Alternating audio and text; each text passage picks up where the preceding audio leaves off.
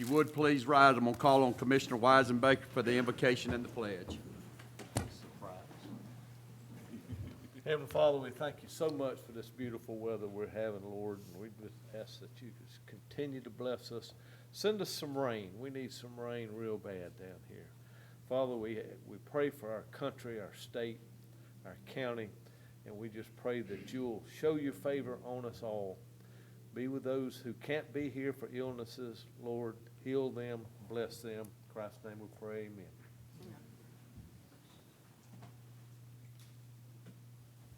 Pledge allegiance to the flag of the United States of America and to the republic for which it stands, one nation, under God, indivisible, with liberty and justice for all.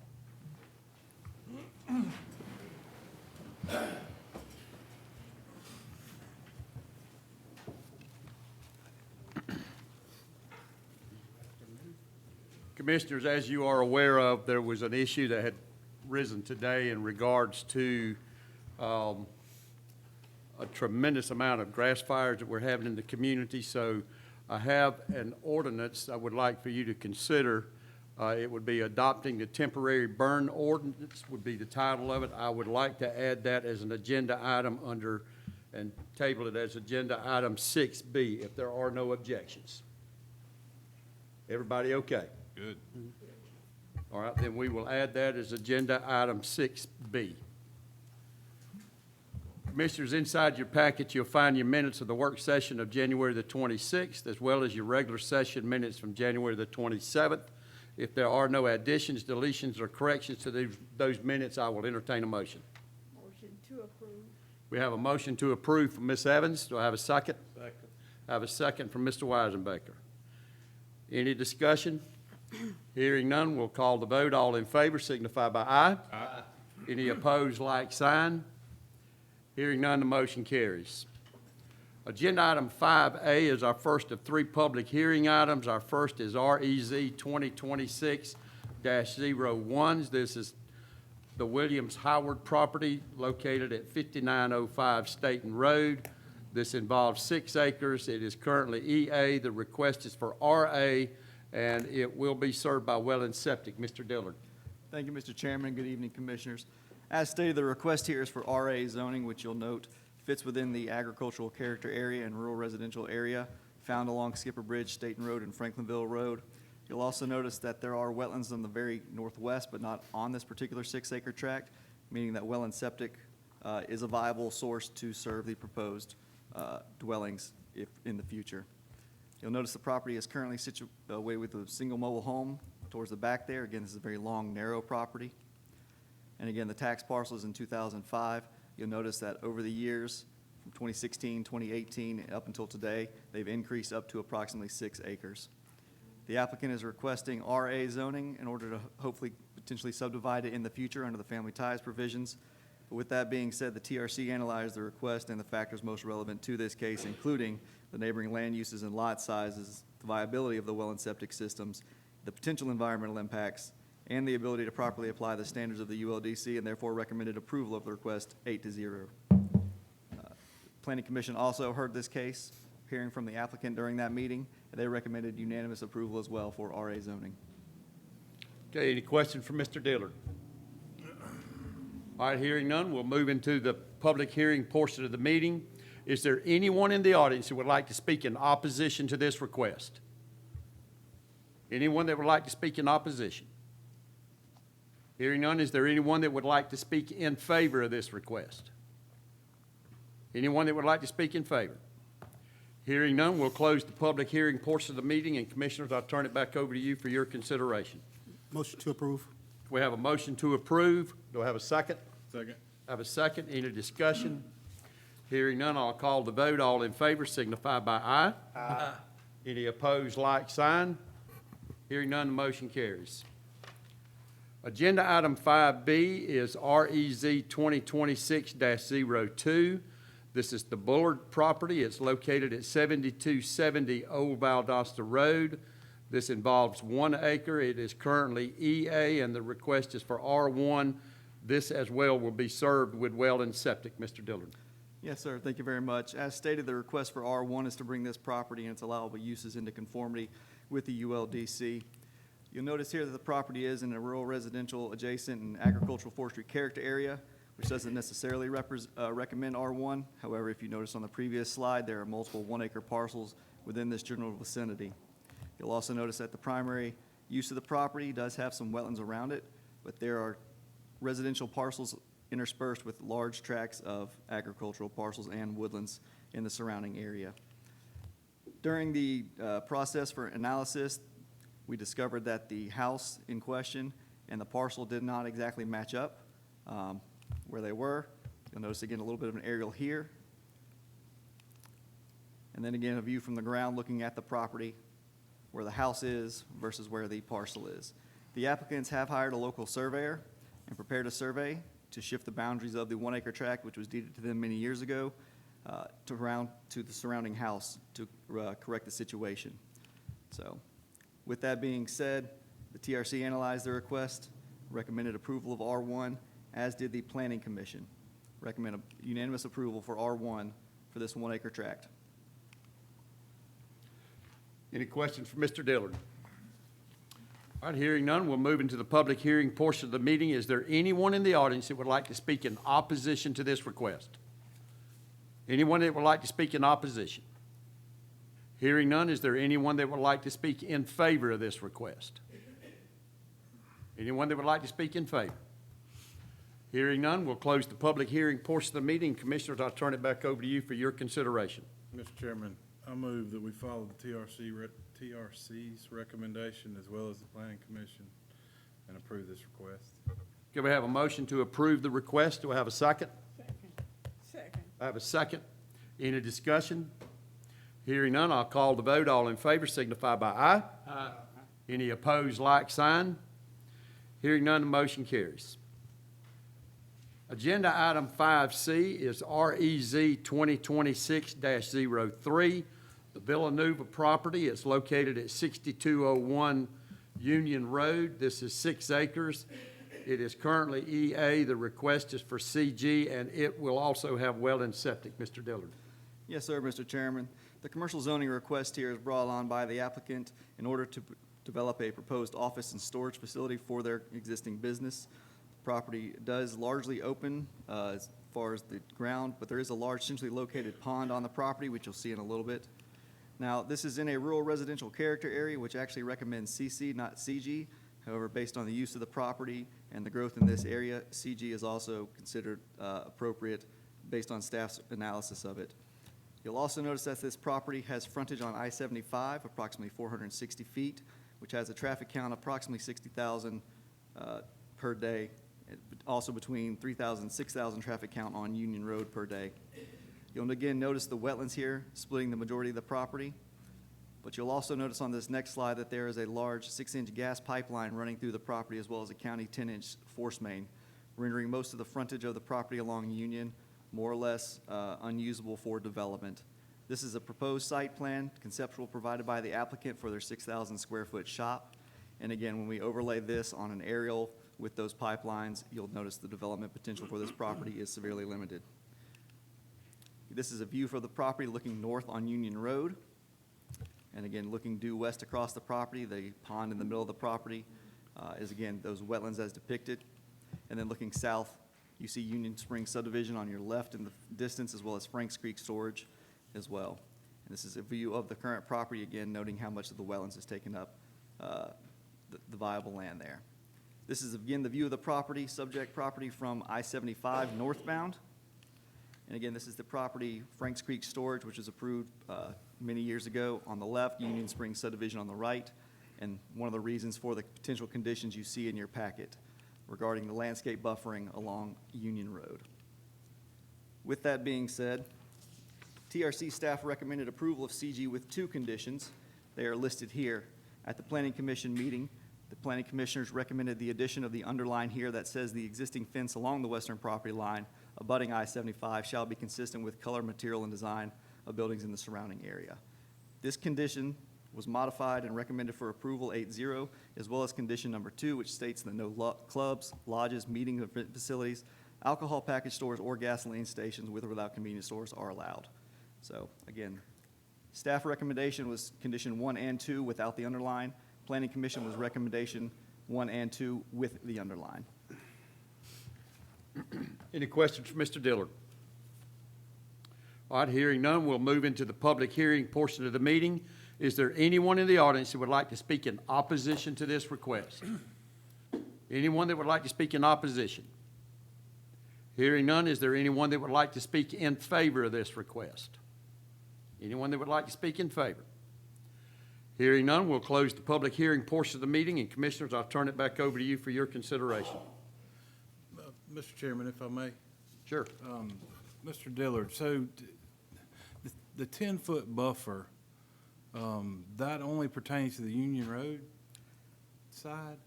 Correct. That is staff's recommendation. Commercial zoning next to residential or agricultural zoning has natural buffers built in.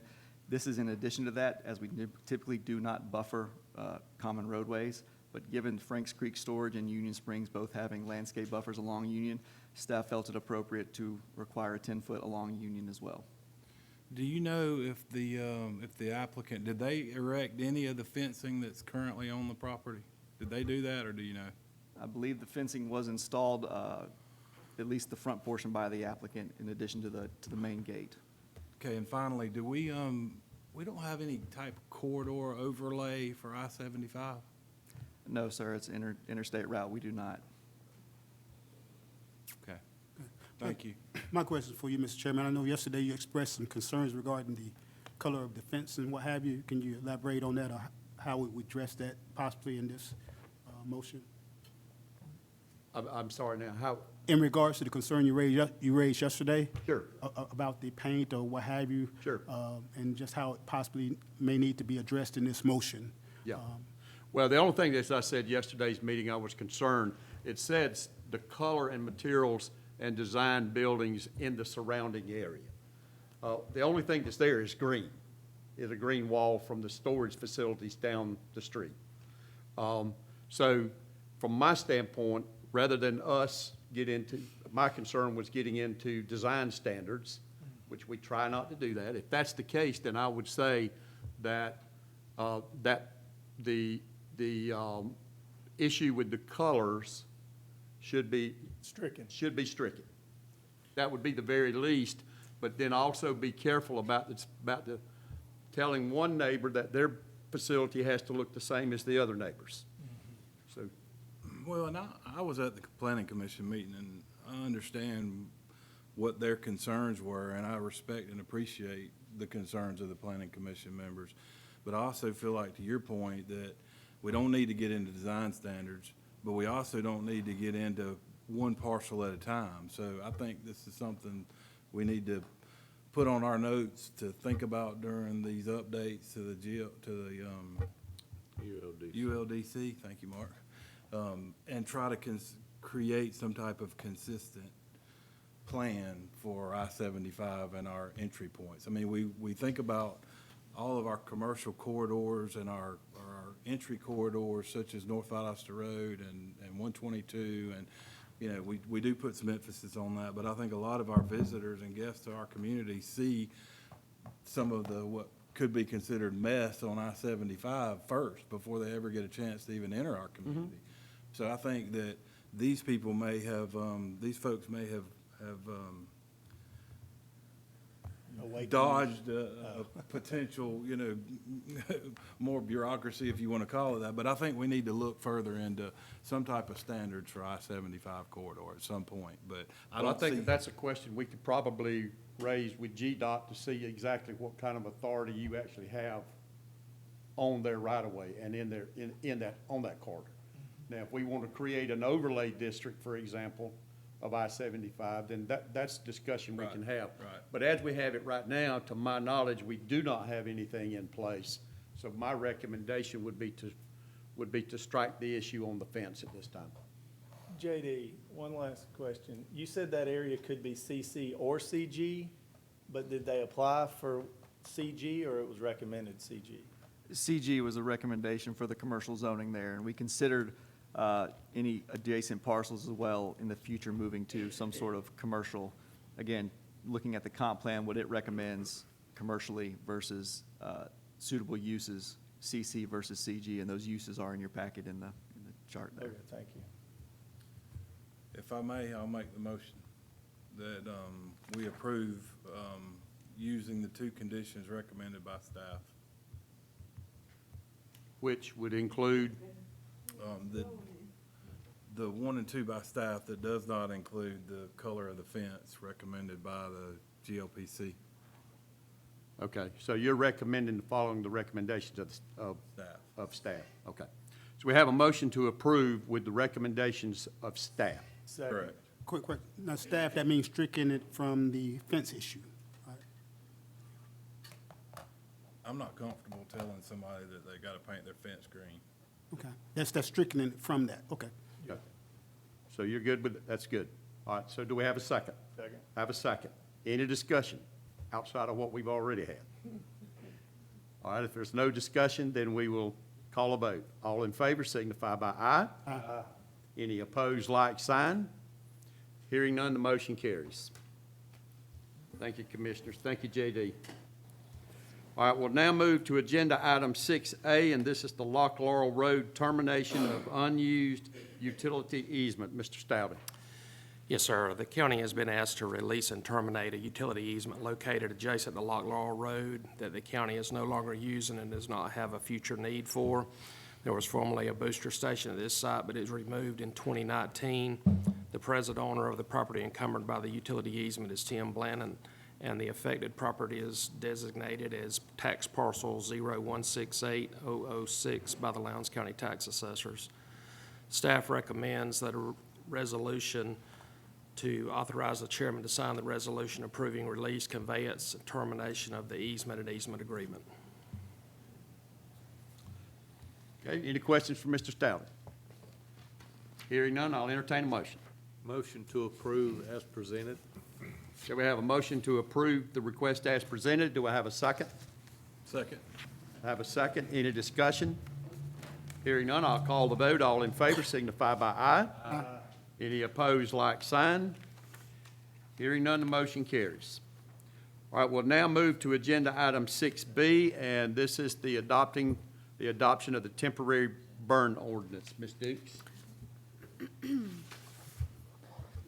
Thank you, Mr. Chairman. After much conversation over the last week or so in an early morning meeting that I had with Georgia Forestry requesting some assistance in policy related to the drought that we currently have and the numerous wildfires that we have fought, not only in Lowndes County over the last 3 weeks, but surrounding counties as well. We have received the draft that is before you from Georgia Forestry. You all are aware that local governments in Georgia are not allowed to individually and on their own implement a burn ban, but we have received the language before you from Forestry regarding a temporary burn restriction. We understand that as we had a code red call that went out this afternoon. Ms. Barwick has sent some things out to the media.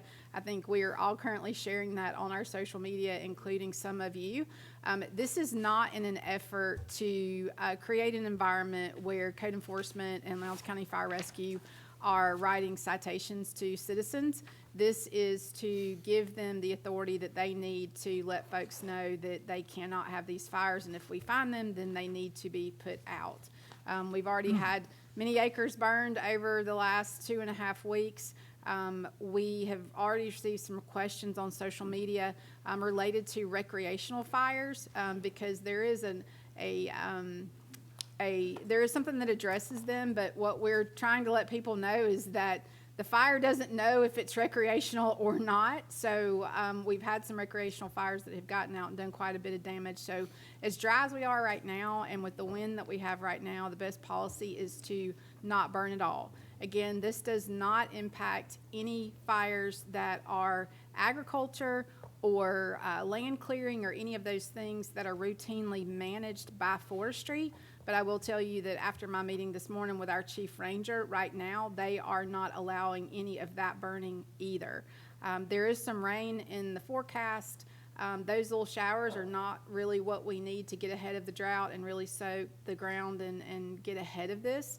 Ashley Ty has received some information from the National Weather Service that if we don't have significant rainfall through the end of the month, that beginning March 1, they may look at upping our drought category. So pray for rain and pray that our citizens will not burn until conditions improve. I think a pretty day for burning is not a safe day for burning. Any questions for Ms. Dukes? Yes, Mr. Chairman, realizing it's never a perfect time for, ceasing burning and what have you for the different industries. Some came to mind earlier in regards to possibly having a conversation with some of our haulers, perhaps Deep South for waste management and seeking to relax some of their limitations because we do realize between the elderly who's cutting back right now, who pay landscapers, as well as, even business owners or what have you, maybe you could have that conversation if they could perhaps, just lax it a little bit or help us out or just see what they can do, period. Because at the end of the day, we don't know how long it's going to last, and we know what time frame we're in. And then we got summer coming as well, which might make it even drier. So just, wanted to We can have those see, can we have that We conversation, can see have what those kind of assistance conversations with both- that they both can of help, because if we can't necessarily get any relief now, perhaps we can draft it in an upcoming agreement renewal. So, We can take a look at all that. One piece of information I'll add real quick that Mr. Ty gave me, it was kind of really a surprising number. But Mr. Ty, correct me now if I misspeak here. But since January the 1st, we've had 109 grass fires. Wow. Right here in Lowndes County. So it's been an ongoing problem that that fire department has been having to deal with. And now we're getting into even situations to where they're getting calls for mutual aid to our neighboring counties. And these grass fires are getting real serious because they're getting away and they're literally burning structures. They're burning homes and shops and those sort of things. So this was really the issue here. It was one of those things that really, once it came to my attention, I felt like that we definitely needed to address it. It's a community-wide effort to be able to be careful with this sort of stuff. I've spent the last week preparing my place to burn, but I'm not going to burn until, and it's agriculture. I could actually do it, but I'm not going to do it just out of the fact that I certainly wouldn't want a fire to get away. And it can get away even with the best of intentions. So again, I think that this is the best thing for us. It's a temporary issue. We can look at it. If we get 6 inches of rain in the next few weeks, we can lift the burn, the ordinance, the temporary burn ordinance, and we're good to go. And this is only for the unincorporated, and as far as we know, all the municipalities don't allow burning already. Most that I'm aware of. Now, there may be one of the smaller cities or something, but to my knowledge, most all of the cities, I do know the city of Valdosta, there's absolutely no burning at all. and quick question, this will cover burning, controlled burning inside of a barrel as well? Yes. Correct. Any open flame Any whatsoever. open flame. Just wanted to And if be you clear. all approve this evening, then first thing tomorrow, we've got staff on standby to share this with our surrounding counties. Because at the rate that we're running mutual aid calls right now, we certainly want to be there for them because we know that they would be there for us. But we've run a lot of out-of-county calls in the last week or so. We've got 3 trucks out of county right now. Well, thank y'all for being proactive on this. All right. If there's no questions, I'll entertain a motion. Motion to adopt as presented. We have a motion to adopt as presented. Do I have a second? Second, I have several seconds. Second. Any discussion? Commissioner Evans. Or down a second. All right, if there's no discussion, then I'll call the vote. All in favor signify by aye. Aye. Any opposed, like sign. Hearing none, the motion carries. Thank you. Agenda item 7A is the Transportation Investment Act, TIA, for the Orr Road bids. Mr. McLeod. Yes, sir. Thank you. Orr Road is a Tier 1 approved project that is 1.65 miles long. The project will begin at Staten Road and end at Skipper Bridge Road. The project consists of resurfacing, striping, RPMs, 8 concrete head walls, new signage, and grassing. The contract time is 60 calendar days after notice to proceed. The low bidder was Reams and Son Construction, $477,896.15. Okay. Any questions for Mr. McLeod? Hearing none, I'll entertain a motion. Motion to approve low Okay, bidder. we have a motion to approve. Do I have a second? Second. Have a second. Any discussion? Hearing none, I'll call the vote. All in favor signify by aye. Aye. Any opposed, like sign. Hearing none, the motion carries.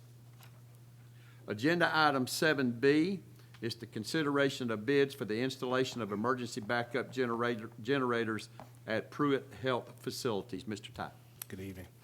As we discussed yesterday, these bids were requested as part of a hazard mitigation grant that we received. We originally applied for the grant in 2019. We actually received notice of award in January of last year. And this grant allows us to provide emergency backup generators on all 5 Pruitt Health facilities here in Lowndes County. We solicited the bids for the generator as well as all of the wiring and electrical work that required to fully generate the entire building. We received 5 bids. 2 of the bids were deemed to be non-responsive as they didn't meet all of the technical specifications. Of the 3 bids that did meet the specifications, 2 were received from Current Edge Solutions out of Savannah. The first bid was for them to provide a Winco generator. The second bid was for a Caterpillar generator, and that was $1,420,000 for the Winco and $1,470,000 for the Cat, and then $1,834,000 was the bid of Coward Electric here in Valdosta to provide Cummings. After staff and Pruitt Health staff reviewed the bids, the recommendation was to go with the Caterpillar generators from Current Edge Solutions. Although that wasn't the lower bid, it was preferable because Caterpillar has greater reliability. It has a 5-year warranty versus the 2-year warranty for Winco, and the service network that Caterpillar has, they can provide a lot better service in our area. The only Winco, only person that does service on Winco generators would be Current Edge out of Savannah. So anytime there was an issue, they would have to come, and they only provide service during normal business hours. So we felt it was worth the slightly more expense to get the better warranty and better service for the Caterpillar. But be glad to answer any questions you might have about the grant or the bids. Any questions for Mr. Ty? Thank you, Mr. Ty. Thank you for your efforts on this, Ashley. Commissioners, I'll entertain a motion. Motion to approve. Do I have a motion to approve? Do I have a second? Second. Do I have a second? Any discussion? Hearing none, we'll call the vote. All in favor signify by aye. Aye. Any opposed, like sign. Hearing none, motion carries. Agenda item 8, County Manager's Report. Ms. Dukes. Thank you, Mr. Chairman. Good evening, Commissioners. As you all saw on Friday, Quiet Pines is back open. I spoke with Ms. Thrasher this afternoon about 12:30, and she reported that they are very busy. So we are very grateful for the support of you all in continuing that intergovernmental service agreement relationship with Moody Air Force Base and the Department of Defense, as well as your support of staff and our department heads. Thank you all for the support that you continue to provide Quiet Pines. I encourage everyone to go out and have a meal. The breakfast is fantastic, the lunch is even better, and the golf is second to none. Also, we are in full swing, ready to leave tomorrow for the Bird Supper in Atlanta. As you all know, there's a lot going on legislatively, some very significant impacts that could affect not just Lowndes County, but rural counties across Georgia. So we look forward to advocating for those legislative questions to go in a positive direction. We will all be leaving at various times tomorrow. Some of us coming back tomorrow night, some of us coming home on Thursday. But I want to thank Ms. Barwick as well as Ms. Lovern for their planning and their work as far as the Bird Supper goes. We have more than 300 people who have RSVP'd, a much larger crowd locally than we normally have. So being that we host this on behalf of our local citizens and the delegation, certainly our business community, to get in front of the entire General Assembly, we are excited about the conversations that will happen tomorrow evening. Also on Saturday, we will be hosting the Mardi Gras day. This is a community day that was started by Ms. Denise Peters. Commissioner Ornstein had some very early conversations with Ms. Peters. She hopes to bring Mardi Gras annually to our community, so we will be hosting that community day on the green space next to this building on Saturday from 10 to 6. There will be programs for children. There'll be a kids zone. This is a very family-friendly event, so we hope that you all will have time to come by and see us then. Mr. Chairman, that concludes my report. Thank you, ma'am. Thank you. All right, we'll move right into our citizens wishing to be heard. Our first citizen is Ms. Gretchen Quarterman. Please come forward and state your name and address for the record, please.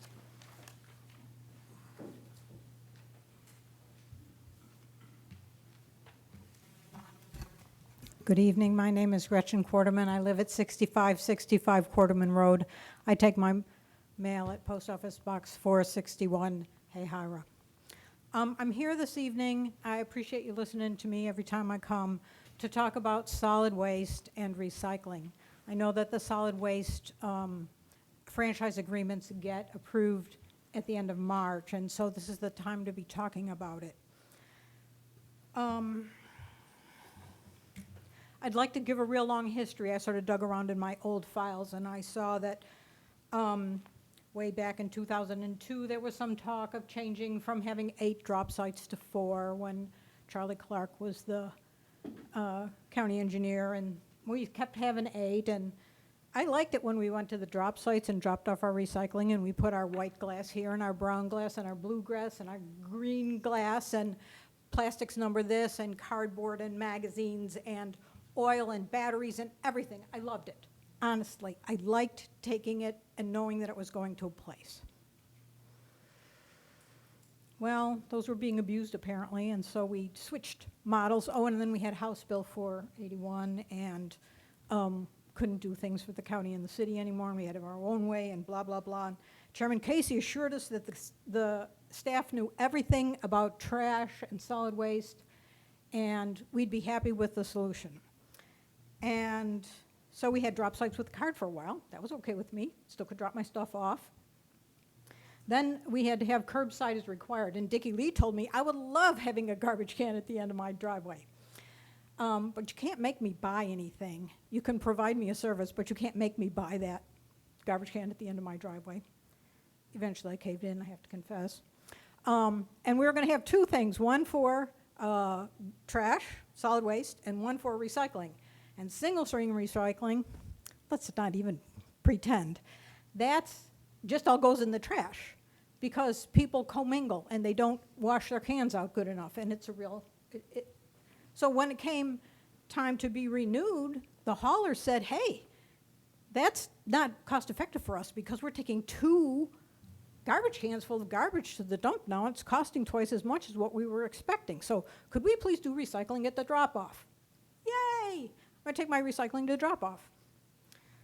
Well, they don't take oil, they don't take batteries, so I gotta go batteries, I gotta go to battery source. Oil, I gotta go to O'Reilly's or Napa or something. They don't take magazines, they don't take newspaper, they only take cardboard. Well, I went the other day, they don't even take tin cans anymore. So I take my aluminum cans always to the fire burn place because somebody's benefiting from that. But tin cans, and on, I don't know, one of the rules in the ordinance says they have to, and yet they didn't notify us that their tin cans, if I take my tin cans down to Industrial Boulevard, they throw them in the trash. They go with the solid waste. The girl told me, just put it in your trash at home. Well, I wondered about waste management. They don't take plastic. So if you go to the waste management over on Pine Grove, you can't drop off plastic there. They say, just put it in the trash. Don't bring it here. They don't want to have to pay for it. So I would like to have, oh, and by the way, the price went from about $13 a month to $22 a month. I know things go up, but that's a lot of money to get rid of my trash. And if I'm paying them to get rid of my trash, and I'm giving them things they can make money off of, I don't know, it just seems, okay, so my ask. I would like to have real recycling in this county, real recycling. And the people who really care about recycling, they're willing to put white glass, blue glass, green glass, brown, plastics, whatever number, cardboard broken down. They'll do it right. I sort of had the idea well, for a long time, I was taking my glass over to the city when they had it at 5 Points. They had that nice one bin, you put all your glass in there, that was great. Now they've locked that up, and the county can't get to taking our glass away, so I'm getting a surfeit of glass again. I sort of was thinking, how much time do I have? Maybe over at Robbins, we could have a bin outside of Public Works where people could put their glass in, at least the glass. That's what glass and cardboard is sort of my biggest thing. Could we have a place where glass and cardboard, and could you please review the franchise agreements and make sure that they take recycling? Thank you very much. Our next speaker is Miss Mary Frances Rowe. Please come forward and state your name and address for the record, please.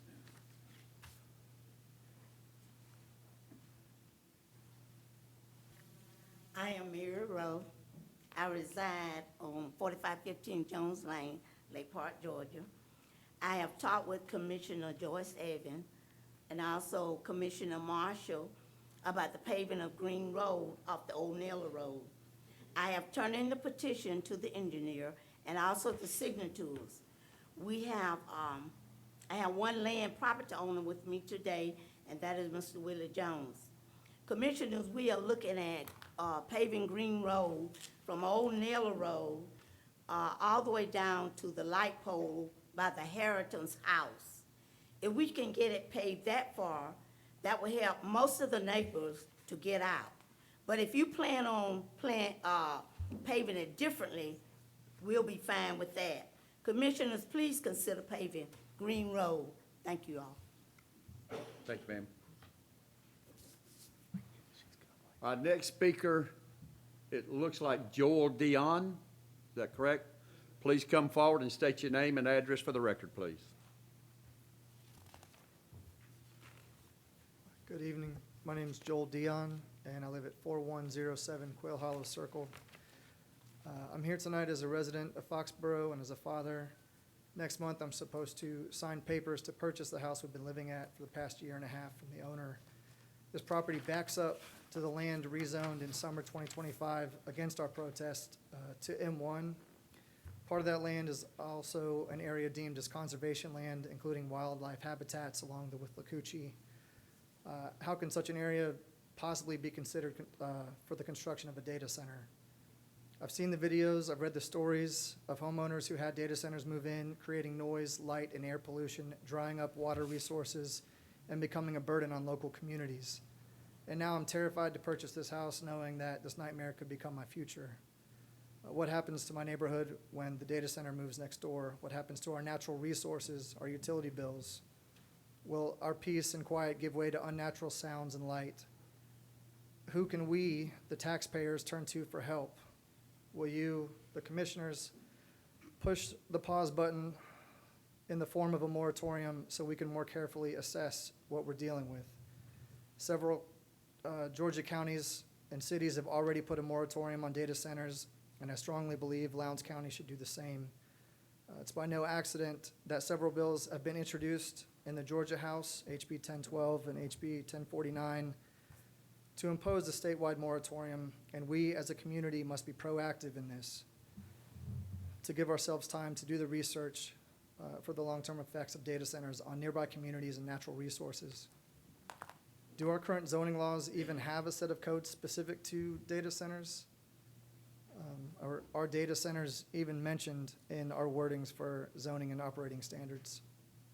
We must ask ourselves, what are the actual benefits, if any, of data centers for the citizens of Lowndes County? They offer quick financial returns for a few, while the environmental impacts and resource consumption present significant concerns. And all the reading I've done, I've seen nothing positive from data centers that makes any sense in comparison to the resources and pollution created and rising utility costs. They use as much power as 100,000 homes or more, putting enormous pressure on our existing or on the existing electrical grid, and who pays for the expansion and upgrading of those grids. Data centers run 24 hours a day, 7 days a week without interruption, creating noise, air, and light pollution, negatively impacting nearby wildlife and residential areas while lowering the real estate values. The rapid obsolescence also contributes ever-growing amounts of electronic waste and environmental waste. Health issues, stress, and sleep disturbances have been documented from areas surrounding data centers, not to mention the noise pollution having a negative effect on the property values of nearby homes. A recent audit by Georgia Department of Audits and Accounts also revealed that the economic impact of data centers was massively overstated. At the same time, only a handful of jobs remain once a data center has been built, since data centers are highly automated and require a specialized workforce filled by specialists brought in from other locations as opposed to local residents. I believe it is in our best interest to instate a moratorium on data centers so that all of us have the opportunity to reflect on what's truly at stake, and I sincerely hope that you can support us in this. If there's members in the audience who are also deeply concerned about plans to construct a data center near Foxborough or in our region, could you please rise to show your opposition to data centers in Lowndes County? No, ma'am. Everybody, please sit down. Sorry. I didn't know that was a bad thing. No, sir, can't do that. Please note that Lowndes Citizens Against Data Centers are hosting a panel discussion with experts familiar with data centers on Tuesday, February 17th at 6 p.m. at VSU Student Union Theater, and you are all welcome to join us. Thank you for your attention to this important matter. Commissioners, any other business, any discussions? Can I get a motion to adjourn? Motion.